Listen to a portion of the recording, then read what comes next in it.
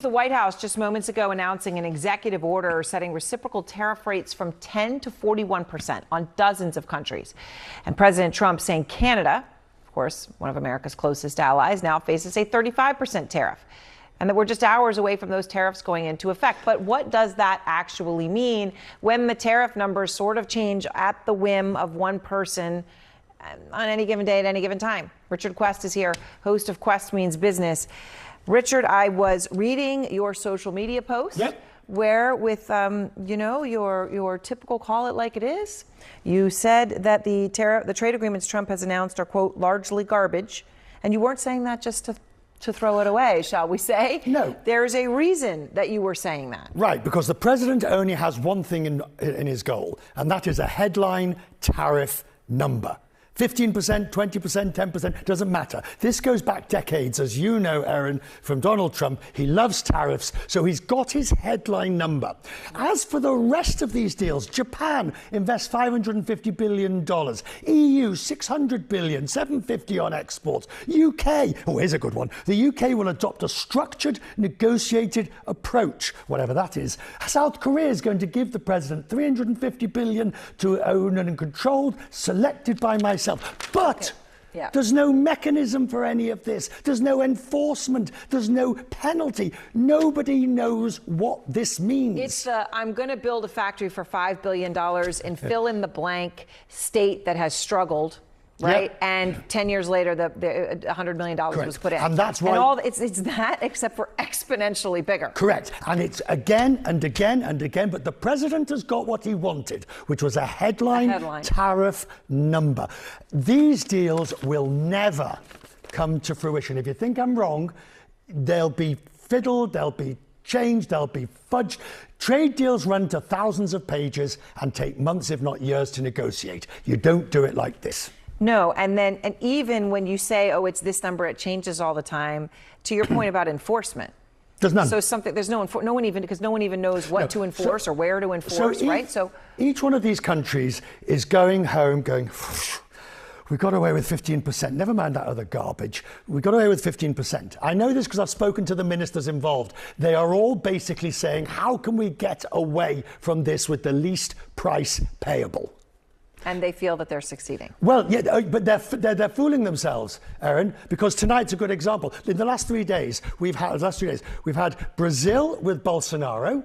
Mm-hmm. We've had India with secondary sanctions, and tonight we've got Canada, or yesterday we've got Canada with Palestinian recognition. So tariffs are going to be used again and again and again in the future as a tool of foreign policy, and any deal that anybody's agreed, meaningless. Well, all right. Well, thank you. I don't say this lightly, by the way. No, I know you don't. And that's why I said when you say garbage, you're not saying it to be silly, right? You're saying it very seriously, which is why I wanted to talk about it. And thank you very much, Richard. The White House says countries will see new tariff rates higher than 15% if they have not entered into a new trade agreement with the United States. And one official told CNN that rate will also serve as the new floor for countries that have a trade deficit with the U.S. That includes Canada, America's second largest trading partner, whose tariff rate is going to jump from 25% to 35%, a rate the Ontario Premier tonight called, quote, concerning. And I should note, these new tariff rates are not going to go into effect at midnight tonight, which was the expected deadline. Instead, the tariffs will be implemented on August 7th next week to give Customs and Border Protection enough time to make the necessary changes to collect on these tariffs. This comes after the Commerce Secretary Howard Lutnick told me this evening that August 1st deadline is firm. Take a few questions on the tariffs. I can't, sorry about that. I got to get to a meeting. Any extensions or deadlines that we should be expecting? No extensions? Is the president? Are you expecting any last-minute agreements, Secretary Lutnick? My source tonight is the Democratic Senator Chris Coons of Delaware, who is also a member of the Small Business and Entrepreneurship Committee, who answered that last question for us there. And you said the answer you believe is no. No, look, why not? President Trump promised all sorts of things that he's failing to follow through on. One of them was 90 trade agreements in 90 days. As we're seeing once again, he's threatened huge tariffs. He's threatened and berated a whole lot of our close allies and partners. And in relatively few cases has he actually implemented high tariffs.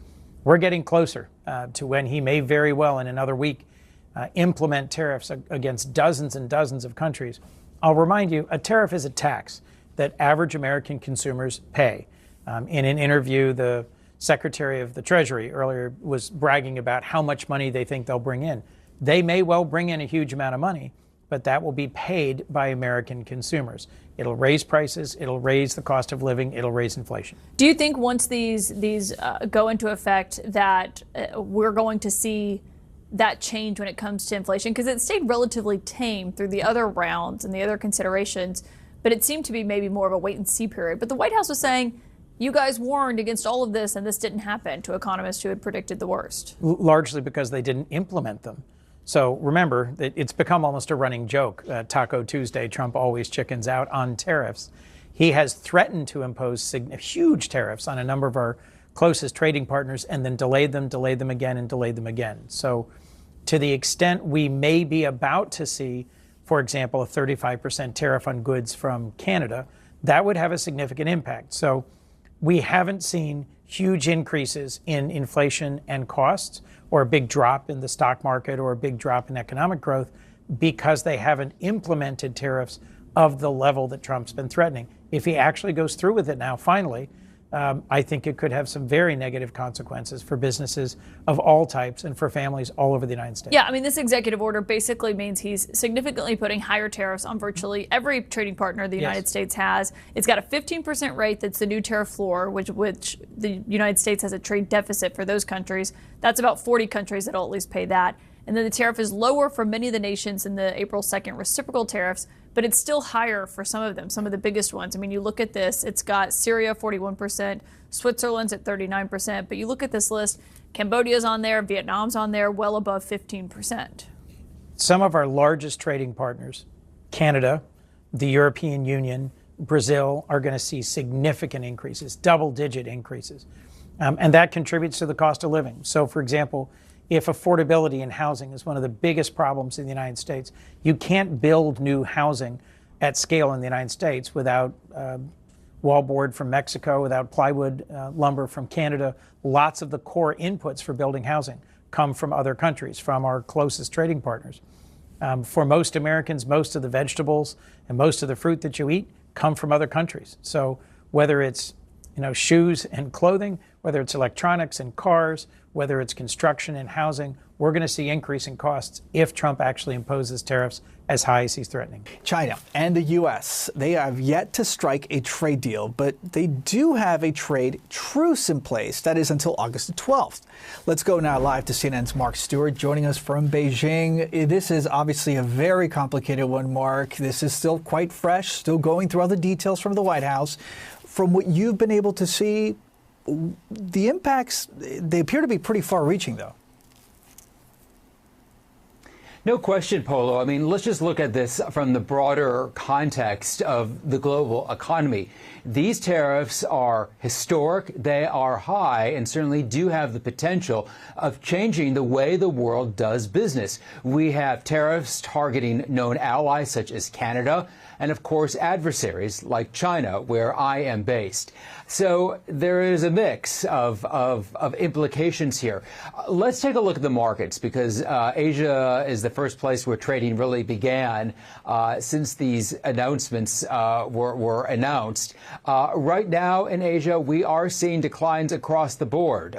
We see the Nikkei, which is the benchmark in Japan, down. The Seoul Kospi, which is the main exchange in South Korea, down by more than 3%. That comes on the heels of a trade agreement that was reached yesterday, of 15% in South Korea. But South Korea also agreeing to make billions of dollars of investment in the United States, particularly when it comes to shipmaking, as the U.S. tries to encourage more manufacturing on American shores.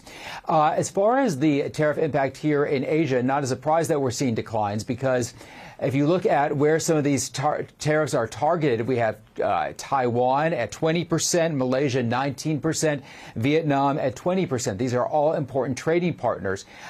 Something else to point out, these tariffs are also going to target this policy known as transshipment. Basically, what happens is that a product that is made in one country at a high tariff rate is then shipped to another country with a tariff that is much lower, and then shipped to the United States. Well, the United States is not going to tolerate that anymore, these lower rates, by diverting to another intermediary country. And so those tariffs have now been raised to 40%. That's in addition to what's already on the books by the Customs and Border Patrol.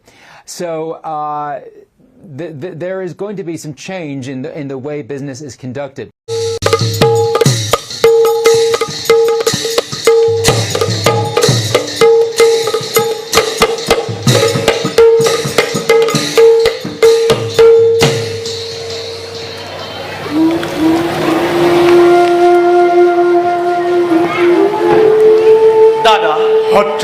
Vishwamitra মুনি আপোনাৰ সাক্ষাৎ প্ৰাৰ্থী ৰৈ আছে সিংহ দ্বাৰত যোৱা ভাই লৈ আহা মণিবৰক তুমি আদৰি সাদৰি ভাল দাদা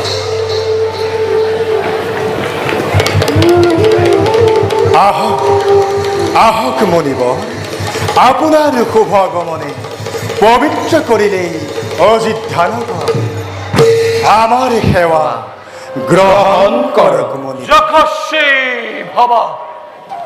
মণিবৰ কৃপা কৰি ব্যক্ত কৰক আপোনাৰ আগমনৰ উদ্দেশ্য ৰঘুমণি বিশ্ব শান্তিৰ বাবে আমি মহাযজ্ঞৰ কৰিছিলোঁ আয়োজন উত্তৰ কিন্তু অত্যাচাৰী লৱণ দৈত্যই যজ্ঞস্থলী লণ্ড ভণ্ড কৰি অত্যাচাৰ কৰিলে আমাৰ তপোবনবাসী মণিবৰ হে পদাবৎসল মহামণি শ্ৰীৰামচন্দ্ৰ বধ কৰি সেই লৱণ দৈত্যক শান্তি প্ৰদান কৰক আমাৰ তপোবনবাসী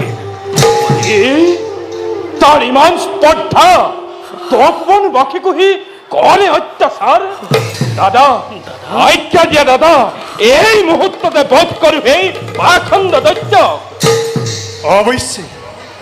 অৱশ্যেই বধ কৰিব লাগিব সেই দুষ্ট দানৱ দাদা মণিবৰ তাৰ বাবে নকৰিব আপুনি মনত অলপ সংশয় ভাই ভৰত দাদা তুমি যোৱাৰ কোনো প্ৰয়োজন নাই ভাই দাদা দাদা শত্ৰুঘ্ন দাদা যোৱা ভাই বধ কৰি তুমি সেই অত্যাচাৰী লৱণ দৈত্য শান্তি প্ৰদান কৰা তপোবনবাসী দাদা নকৰিবা চিন্তা হে দুষ্ট অসুৰৰ বাবে বধিম নিশ্চয় মই লৱণ দৈত্যকে যাওঁ মই মণিবোৰৰ লগতে সেই দৈত্যক বিচাৰি বলক মণিবোৰ যুদ্ধ যাত্ৰাৰে কৰোগৈ প্ৰস্তুতি ৰঘুমণি মণিবৰ শত ধন্যবাদ মই নিবেদিলো তোমাক মণিবৰ অযোধ্যাৰ উজ্জ্বল কীৰ্তি দীপ্তিমান হওক চিৰকাললৈ আহা কুমাৰ